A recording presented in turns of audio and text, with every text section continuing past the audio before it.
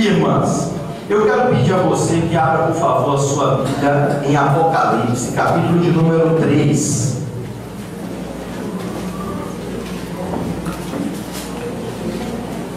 Apocalipse, capítulo de número 3.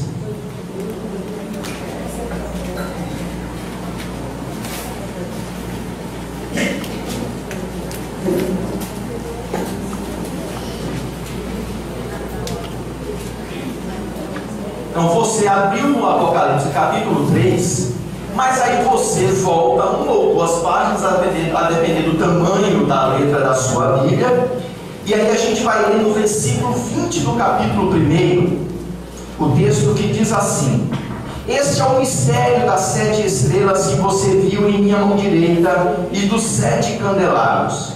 As 7 estrelas são os anjos das 7 igrejas, e os 7 candelabros são as 7 igrejas.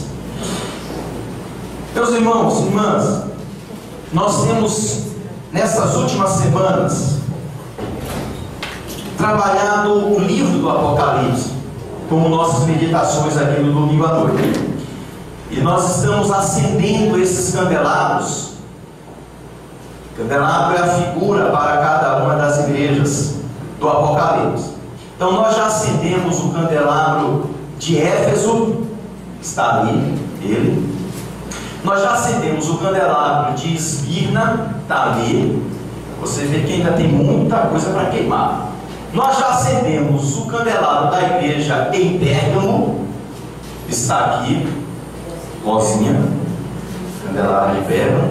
E nós acendemos na semana passada o candelabro da igreja de Tiatira. Hoje o candelabro que vai ser aceso é o candelabro da igreja em Sardes, no capítulo de número 3. Eu quero pedir aí hoje a Dadal, que é o nosso auxiliar de candelabros, porque você sabe que toda uma eleição para isso. A Fábio está dizendo que é o suplente. Por favor, Dadal, nós vamos colocar esse candelabro aí nessa pilastra. De qualquer forma, ele vai ficar fora do campo de visão de uma parte da igreja. Como disse bem o pastor Edgar vindo pregar aqui, e por isso eu suspendi ele não prega mais. Ele disse que a nossa igreja é uma igreja em 3 dimensões: 1, 2, 3. Na época a frente ficava para lá. Aí pronto, cada gracinha dele eu vou suspender ele. Então assim, por ser uma igreja em 3 dimensões, então vai ficar fora do campo de visão de uma parte aí. Mas depois quando a gente fechar o ciclo aí, vocês vão perceber que vai ser tudo muito legal, ok? Então eu quero convidar você a fazermos a leitura da carta referente à igreja interessada, à igreja em Sardes. Está aí no capítulo 3 do livro do Apocalipse, do versículo 1 até o versículo 6. Acompanhe a leitura, que diz assim: ao anjo da igreja em Sardes escreva: estas são as palavras daquele que tem os 7 Espíritos de Deus e as 7 estrelas. Conheço as suas obras. Você tem fama de estar vivo, mas está morto. Esteja atento, fortaleça o que resta e que estava para morrer, pois não achei suas obras perfeitas aos olhos do meu Deus. Lembre-se, portanto, do que você recebeu e ouviu, obedeça e arrependa-se. Mas se você não estiver atento, virei como um ladrão, e você não saberá a que hora virei contra você. No entanto, você tem ali em Sardes os poucos que não contaminaram as suas vestes. Eles andarão comigo vestidos de branco, pois são dignos. O vencedor será igualmente vestido de branco. Jamais apagarei o seu nome do livro da vida, mas o reconhecerei diante do meu Pai e dos seus anjos. Aquele que tem ouvidos, ouça o que o Espírito diz às igrejas. Oremos. Senhor, muito obrigado pela tua graça e pela tua palavra, que é cheia de graça também, Pai.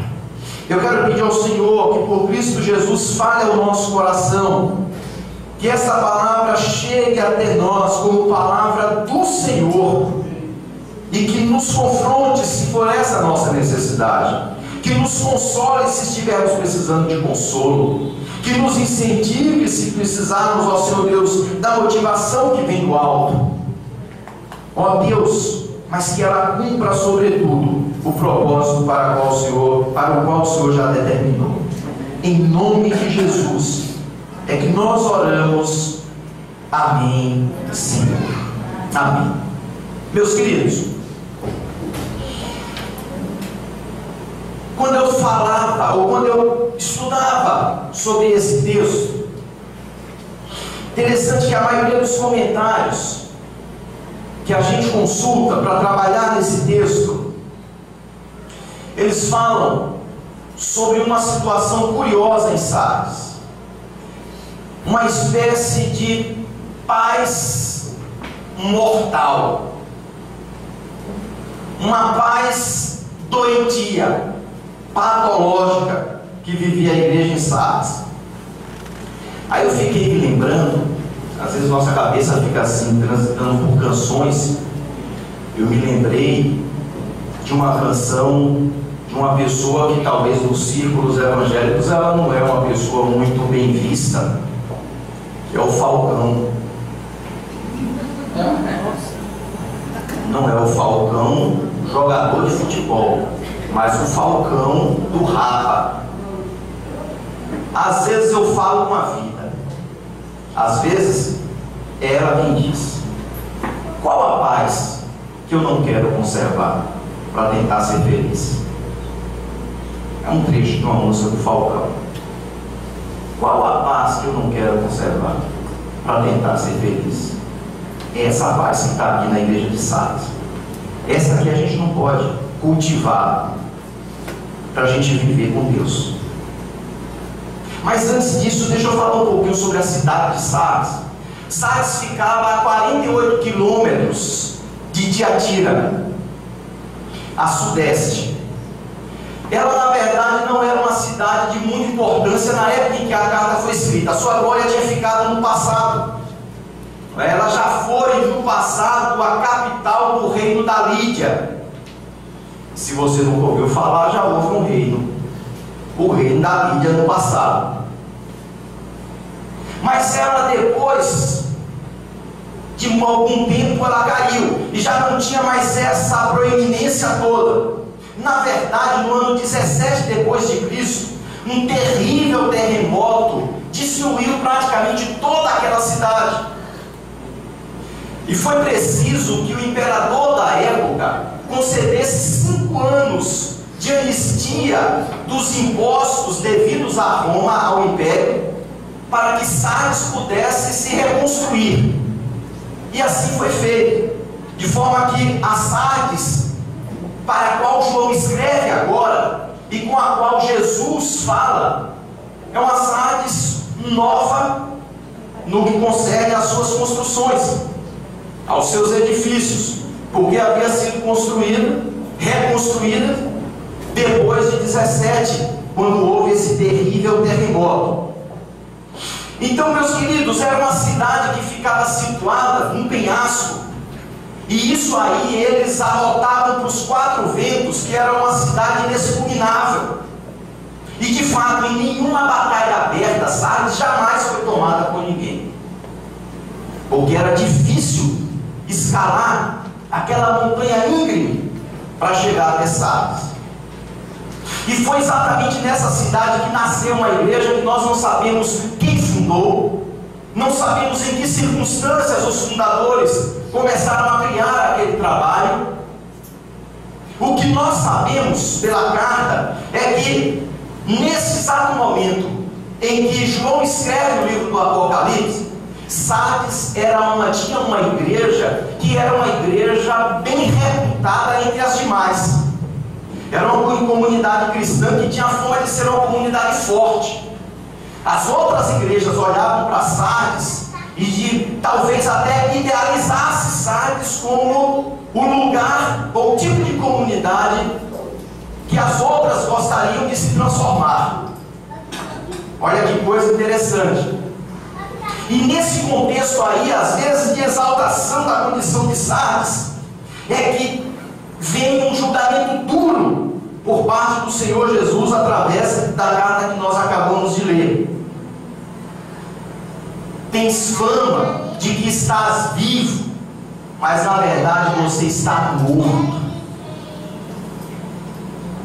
É esse o veredito que a gente encontra aqui. Por que isso? Nós poderíamos até entender essa reprimenda dirigida contra Éfeso, que tinha abandonado o seu primeiro amor. Nós poderíamos entender essa reprimenda contra Pérgamo, que já estava totalmente vendida à prostituição e se imiscuindo com todo tipo de culto seculares da época. Mas sabe o que é que torna esse veredito curioso? É que se você lê Sardes de trás para frente, de frente para trás, você não vai encontrar nenhuma denúncia de um grande escândalo moral ou de uma falta de moralidade daquela igreja. Se você lê a carta em Sardes, você não vai ver nenhum grande problema doutrinário que acontecia naquela igreja, um desvio doutrinário, um desvio da fé, não existia.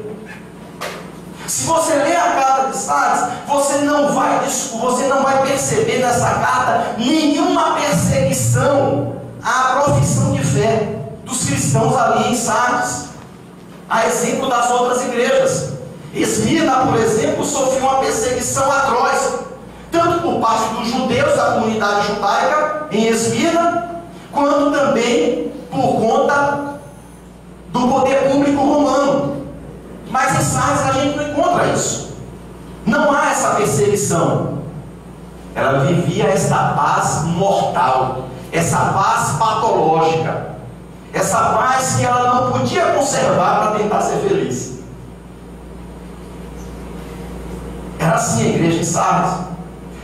Agora, para uma igreja dessa, Jesus dá o veredito talvez mais violento de todas as 7 cartas. Você tem fama de que está viva, mas na verdade você está morto.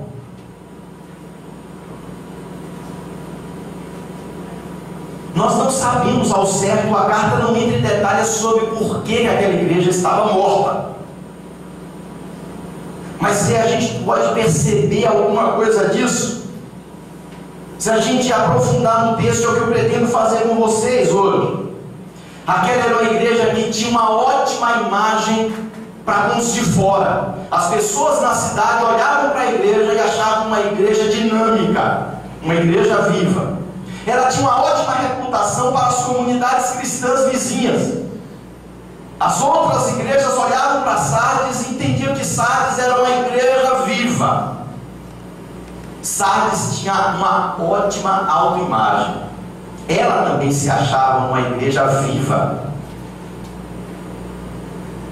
Aí chega Jesus e diz assim: olha, você se acha viva. As pessoas da cidade acham que você está viva. As outras igrejas acham que você está viva.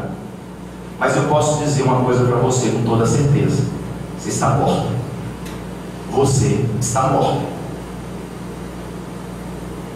Agora, sabe o que é fantástico em Deus? É que para uma igreja morta, Deus vai dirigir uma carta, não para confirmar o julgamento, mas para chamar a vida. E foi para isso que a carta foi escrita. É Deus chamando aquela igreja à vida, assim como Ele chama pessoas mortas à vida. Foi para isso que a carta foi escrita.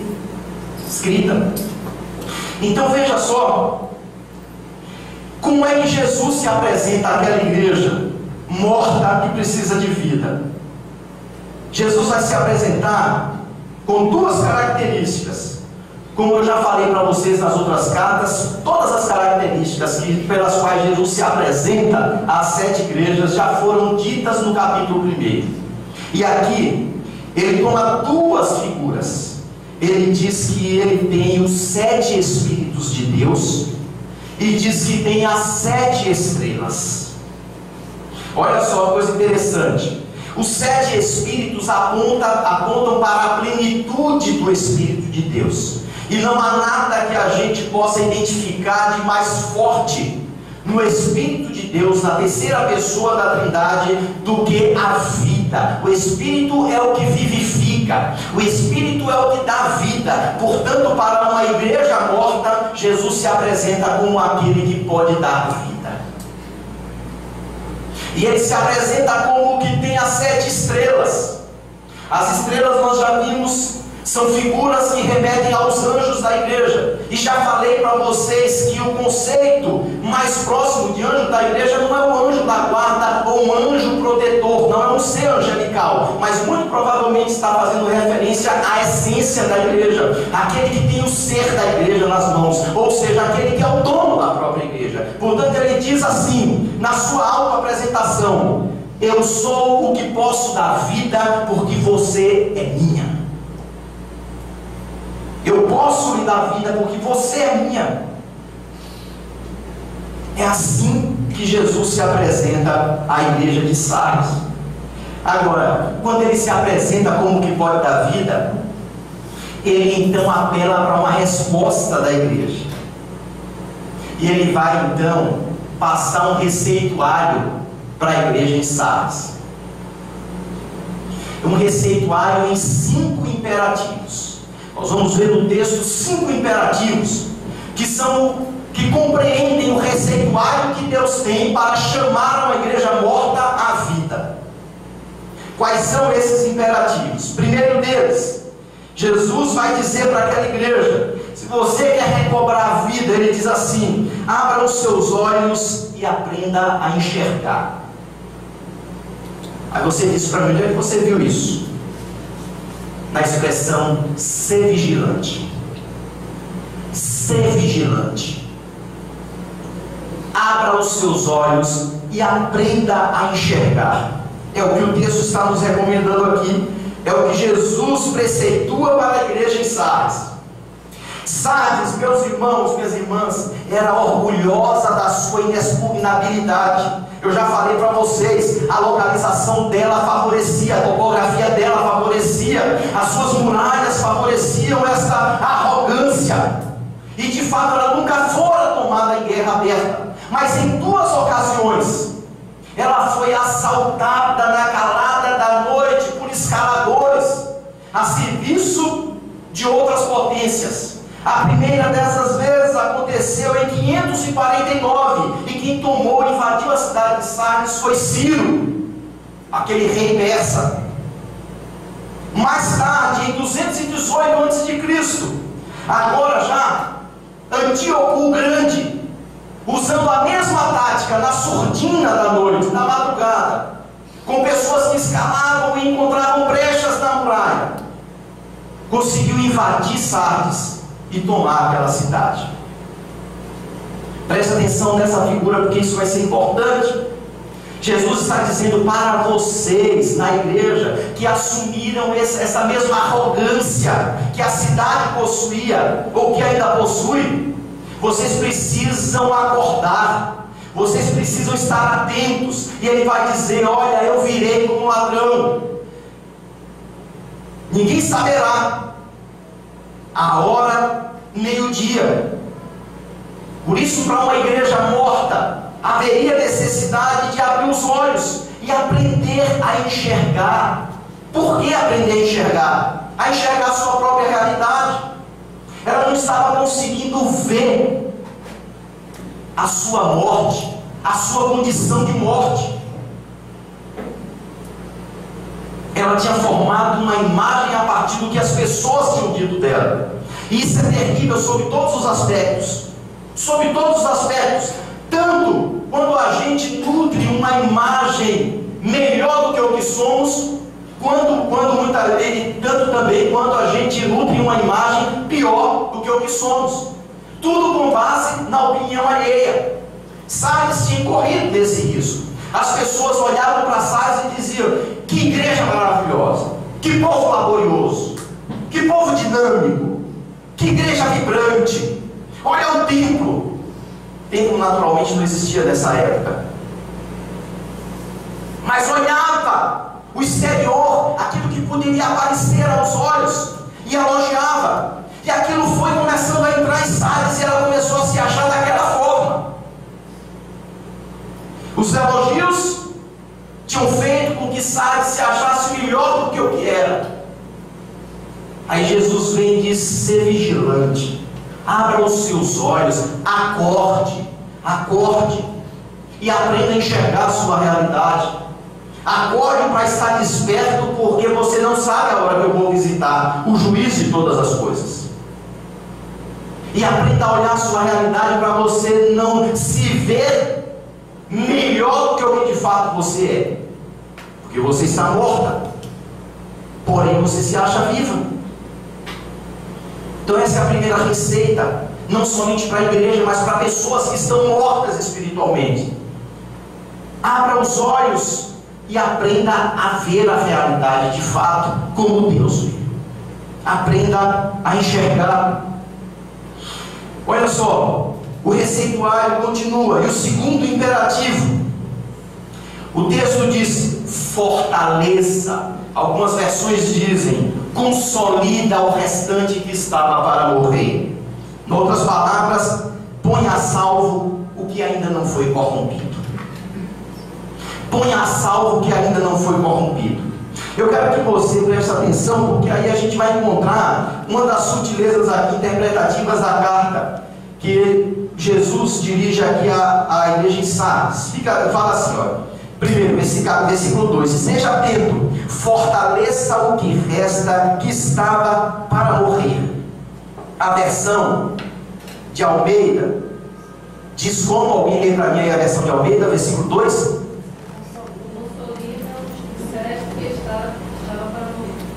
Consolida o resto que estava para morrer. Essa é a versão de Almeida?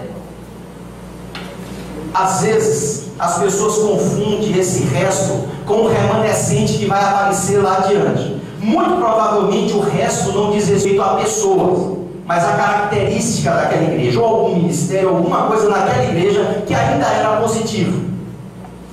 E Jesus diz o seguinte: ainda tem coisas positivas aí entre vocês. No geral, a igreja pode ser caracterizada, na minha visão, como uma igreja morta. Contudo, ainda tem coisas positivas. E ele diz assim: fortaleça isso. Fortaleça esses ministérios que ainda têm vida. Fortaleça essas características que ainda são positivas, são boas. Então a gente precisa entender essas coisas. E esse é o nosso desafio.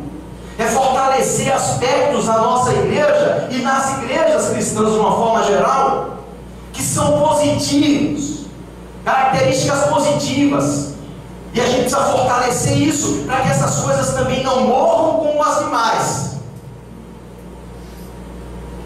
Por isso que Jesus escreve para essa carta, para essa igreja, recomendando que ela fortaleça aquilo que ainda não tinha sido graçado pela corrupção. A ideia de fortalecer também remete a animar uns aos outros. A ideia é, aí sim a gente vai para o remanescente mais adiante. Aqueles que ainda não tinham morrido, não desistam daqueles que estavam mortos. Animem-se uns aos outros, motivem, chame a atenção, repreenda, mas faça qualquer coisa, contanto que não deixe a pessoa na situação de morte espiritual. É um alerta para que nos animemos uns aos outros, para que não deixemos de fazer alguma coisa, cruzemos os braços e desistamos, ou abandonemos o barco. Se há alguma coisa positiva, é a partir daí que a gente vai se apegar. E se tem pessoas que ainda mantêm a vida, essas pessoas têm que animar aquelas que já desistiram da caminhada, e às vezes nem sabem que desistiram. É isso que nos recomenda aqui esse segundo imperativo. O texto prossegue e vai nos colocar diante do terceiro imperativo. As palavras que aparecem no texto, a palavra que aparece no texto é lembra-te. Lembra-te. Mais especificamente, nos diz assim o texto: lembre-se, portanto, do que você recebeu e ouviu. Versículo de número 3. Lembre-se, portanto, do que você recebeu e ouviu. Ou seja, revisite a experiência inaugural. Faça uma visita ao início. Esta é a mesma recomendação que já havia sido dada à igreja em Éfeso. Revisite a experiência inaugural. Vá ao início da sua conversão. Vá ao início da sua caminhada. No caso de Sardes, vá ao início da sua origem como igreja. E lá certamente Sardes ia encontrar fervor, ia encontrar disposição. No início daquela igreja, certamente seriam percebidos sinais de amor, amor abnegado, a paixão que toma conta de todos os inícios. Aí Deus diz assim: vá, revisite esse instante de inauguração da sua fé. E o mesmo vale para nós. Às vezes a gente fica aqui perdido, muitas vezes em lembrança, e a lembrança do passado só serve para nos estagnar. Não é esse tipo de lembrança. Não é aquela lembrança que diz o seguinte: mas hoje os dias não são os mesmos. Bom era antigamente, quando o super fazia isso, o supra-sumo, era lá o que foi que fazia. Eu quero saber o seguinte: isso lhe anima de alguma forma a fazer melhor? Porque se a lembrança for nostálgica, ela para nada serve. Agora, se ela for para provocar ações para hoje, então faça isso. Revisite o início e faça dessa igreja a igreja mais viva do que o que ela tem sido. Mas volte, revisite o início, as origens. É essa a recomendação, é esse o imperativo. Isso está no receituário da ressurreição de uma igreja. Visitar suas origens e buscar lá a motivação que às vezes nós perdemos. E sabe por que isso? Porque mesmo na igreja morta como Sardes, eu tenho certeza que a reputação não foi reputação vindo do nada. Se ela tinha fama de viva, é porque um dia ela foi uma igreja viva. Se ela tinha uma fama de igreja dinâmica, é porque um dia ela foi dinâmica. Por isso que o conselho é esse: lembre-se de onde você veio, revisite a sua experiência inaugural, porque essa fama para o momento é infundada, mas ela nasceu de algo concreto e real. Então volte lá e veja. Isso serve para a nossa vida também individual. Então esse é o terceiro imperativo. O quarto imperativo que a carta nos coloca diante dele é: valorize e obedeça à sua missão. Isso está aí expresso no texto, ainda no versículo 3, na parte segunda, onde diz assim: obedeça, obedeça. A versão de Almeida diz guarda-o, não é isso? A versão de Almeida diz guarda-o, a NVI diz obedeça. São conceitos semelhantes. São conceitos semelhantes.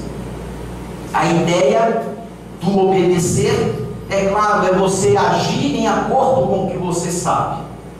A ideia do guardar é o guardar do tesouro que a gente toma com muito cuidado. É essa a ideia que está aqui no texto, e eu traduzo isso da seguinte forma: valorize e obedeça à sua missão.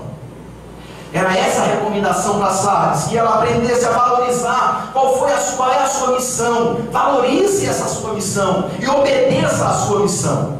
O problema crucial de Sardes tinha a ver com a sua missão, meus irmãos e minhas irmãs. Como qualquer outra igreja ou indivíduo, Sardes tinha como missão anunciar, proclamar o evangelho do reino de Deus, que transforma a pessoa, transforma o seu meio. Aí eu queria repetir as palavras de Adolfo Paul, um comentarista que tem sido uma fonte a quem eu tenho recorrido muito. Ele diz assim: com o tempo, Sardes deixou de viver para a missão e passou a viver para si mesmo. Isso é sutil, mas isso acontece muito nas nossas igrejas, e diria, a maioria das igrejas hoje em dia. parou de viver para a missão e passou a viver para ela mesma. Foi o problema de Sardes. Tudo isso que eu falo é na tentativa de você não ver Sardes como algo distante, mas que você veja Sardes como aliança. Sardes como muitas das nossas igrejas, as que a gente conhece também. Com o tempo, a missão para fora foi sendo esquecida. A missão de servir ao mundo foi sendo esquecida. E nós começamos a nos ensimesmar. Nós começamos a trabalhar para nós mesmos, para manutenção. Aí eu quero um pastor que prega bonitinho, porque o que eu quero é ir para a igreja ouvir um bom sermão. Eu quero um louvor bem tocado, bem executado, porque assim, eu venho minha semana estafante e o que eu quero vir para a igreja para dar uma relaxada. E o pastor que prega bonitinho também, que ele não venha com pancada de lá para cá, porque a vida já é dura demais. O que eu preciso ouvir é algo que me ajude na minha catarse, é algo que me ajude no apaciguamento da minha consciência, é algo que me motive. Então assim, o sermão tem que ser algo parecido com palestras motivacionais, e de preferência que me poupe o trabalho da reflexão. Com o tempo, a gente vai parando de viver para servir ao mundo, e a gente começa a viver para nós mesmos. Quando uma igreja começa a viver para ela mesma, por mais nobre que seja a sua pregação, por mais lúcida que seja a sua proclamação interna, por mais correta que seja a sua doutrina, ela morreu. Presta atenção nisso. Se ela para de viver para a missão e passa a viver para ela mesma, ela pode ter o melhor corpo doutrinário do mundo. Ela pode ter as canções mais bem elaboradas da terra. Ela pode ter a estrutura mais fabulosa que alguém jamais conseguiu construir. Mas ela está morta. Está morta. Por isso que o texto diz: guarda, obedece à missão. Qual é a sua missão? E a gente precisa fazer essa pergunta como igreja. A missão de toda a igreja, eu já disse, é servir ao mundo através da proclamação de um evangelho que muda o indivíduo, e a partir do indivíduo muda as coisas ao seu redor. É a boa nova de que em Jesus Deus se fez homem, encarnou para trazer a salvação para mim, para você e para todos aqueles que a Ele se achegaram. Quando a gente para de viver para essa missão e a gente passa a viver para nós mesmos, nós começamos o processo de morte. E o quinto imperativo, e antes que você se anime, depois dos imperativos tem as promessas. Então não anima nada que não vai acabar por agora não. O quinto imperativo: viva de acordo com a verdade descoberta. Essa é a tradução minha para a expressão arrependa-te. Viva de acordo com a verdade descoberta. Ou seja, mude a maneira de pensar e de agir. Eu quero chamar a sua atenção aqui, porque na maioria das vezes o arrependimento é colocado como ponto de partida, de largada da caminhada. Aqui o arrependimento vem como último item do receituário. Você já percebeu isso? O último imperativo é o imperativo para o arrependimento. Por quê? Isso tem uma lógica interna dentro da carta. A ideia é: você acordou. Você acordou. Você aprendeu a enxergar quando você acordou. Você detectou que ainda há de bom na igreja para preservar. Você voltou à sua experiência inaugural e descobriu e começou a valorizar a sua missão? Sim. Aí diz: agora, ande de acordo com o que você descobriu. É esse o sentido do arrependimento aqui. Mude a sua forma de vida e passe a viver e a agir de acordo com aquilo que você já descobriu. Quando você voltou lá atrás, visitou a experiência original e descobriu o que é que Deus quer para você, ou redescobriu o que é que Deus quer para você. Por isso que o arrependimento vem só ao final da lista, no final da lista, do receituário.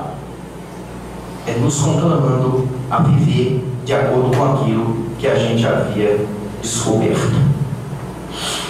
Quais são as promessas que Jesus faz para aqueles que preservarem a sua profissão de fé e a sua missão até o fim? As promessas, elas são expressas aí em 3 momentos. E eu quero avisar desde já que essas promessas estão ambientadas no contexto do tribunal. É um contexto jurídico isso aqui. Tá certo? É um contexto de tribunal. Só assim a gente vai poder entender adequadamente. E elas são expressas, deixa eu ler o texto para a gente recobrar, e aí eu vou trabalhar cada uma delas de forma breve. Versículo 5: o vencedor será igualmente vestido de branco, jamais apagarei o seu nome no livro da vida, mas o reconhecerei diante do meu Pai e dos seus anjos. Primeiro, ele diz assim: o vencedor será vestido de vestiduras brancas. A ideia aqui é que no Oriente, nos tribunais antigos, às vezes, uma pessoa considerada culpada e comprovada como tal, ela era despida em público como sinal de desonra e de vergonha. Alguém pegava, rasgava as suas vestes e expunha a sua vergonha como sinal de desonra. Contrariamente, a pessoa que era declarada inocente e portanto estava em liberdade, num gesto simbólico, alguém o cobria com uma túnica branca. Aí Jesus está dizendo ao vencedor: eu vou dar que ele ande vestido de branco. O juiz de toda a terra julgou e absolveu, e agora ele está em liberdade. A segunda figura: manter o seu nome no livro da vida. Apesar dessa figura também estar ambientada na questão do tribunal, pois os tribunais antigamente eles usavam livros, mas a melhor compreensão disso está lá no livro dos profetas Isaías e no próprio Apocalipse, onde é criada a metáfora de que Deus tem um livro e nesse livro escreve o nome daqueles que são seus. E ele diz assim: eu não vou apagar o seu nome do livro da vida. Ao vencedor ele pode ficar tranquilo que o nome dele vai constar. E por fim, a promessa ao vencedor se processa no seguinte sentido: confessar o nome do vencedor diante do Pai e dos anjos. Confessarei o seu nome diante do meu Pai e dos seus anjos. A ideia novamente volta ao tribunal, a ideia de que Jesus é o nosso advogado. Ele vai testemunhar favoravelmente por nós diante do Pai e diante de toda a corte celestial. No tribunal cósmico, no tribunal do Rei dos Reis, do Juiz Supremo de toda a terra, o nosso advogado há de testemunhar a favor daqueles que estarão vestidos de branco e têm o seu nome no livro da vida, porque andaram com integridade e não deixaram morrer, ou se morreram, foram ressuscitados por aquele que tem os 7 Espíritos de Deus. É essa a promessa para aquele que for considerado vencedor na sua vida. Meus queridos, meus irmãos e irmãs, repito, Sardes não é uma aberração distante da nossa experiência. Sardes, infelizmente, é a experiência mais comum das nossas igrejas. Portanto, Sardes sou eu, é você, somos nós, é a igreja desse país, quiçá a igreja do mundo no estado atual em que ela vive. Tem fama de viva. Tem fama de viva porque ela cresce em ritmo astronômico nesse país. Mas o julgamento não é dado por aqueles que estão ao nosso redor. O julgamento vem de Deus. E suspeito que o julgamento sobre nós não seja de vida, seja de morte. O que nós precisamos fazer é encarnar esse receituário de Deus, a fim de sermos declarados vencedores por aquele que que tudo vê e a todos abençoa. Que Deus nos abençoe, irmãos. Vamos orar. Senhor, muito obrigado. Obrigado pela tua palavra e obrigado pelo teu amor insistente para conosco. Ó Deus, aquilo que é colocado como derrota líquida e certa, o Senhor pode reverter e pode transformar em vitória, Pai. Por isso, Senhor Deus, a morte não é a última palavra e nem tem a última palavra. A última palavra é dada pelo Senhor da vida, o que tem os 7 Espíritos de Deus. Nós pedimos, Deus, em nome de Jesus, nos ensinas a enxergar, Pai, a enxergar de fato como o Senhor enxerga. Nos ensinas a enxergar, meu Pai amado, com os olhos do Senhor, para que possamos ver de fato a nossa realidade. Ó Deus, eu quero pedir ao Senhor que nos ajudes a olhar para a nossa vida, nossa igreja, e aprendermos a detectar aqueles ministérios, aquelas ações que são prazerosas ao Senhor, que podem ser reputadas como ainda merecedoras de investimento por parte do reino de Deus, e valorizarmos esses ministérios. Nos ajuda, Deus amado, a revisitar a nossa experiência inaugural, a voltar lá ao início, a redescobrir o fervor, a devoção, a dedicação, e fazer essas coisas novamente características da nossa vida. Nos ajudas a ser fiéis à missão, meu Deus, a vivermos para o mundo e não para nós mesmos.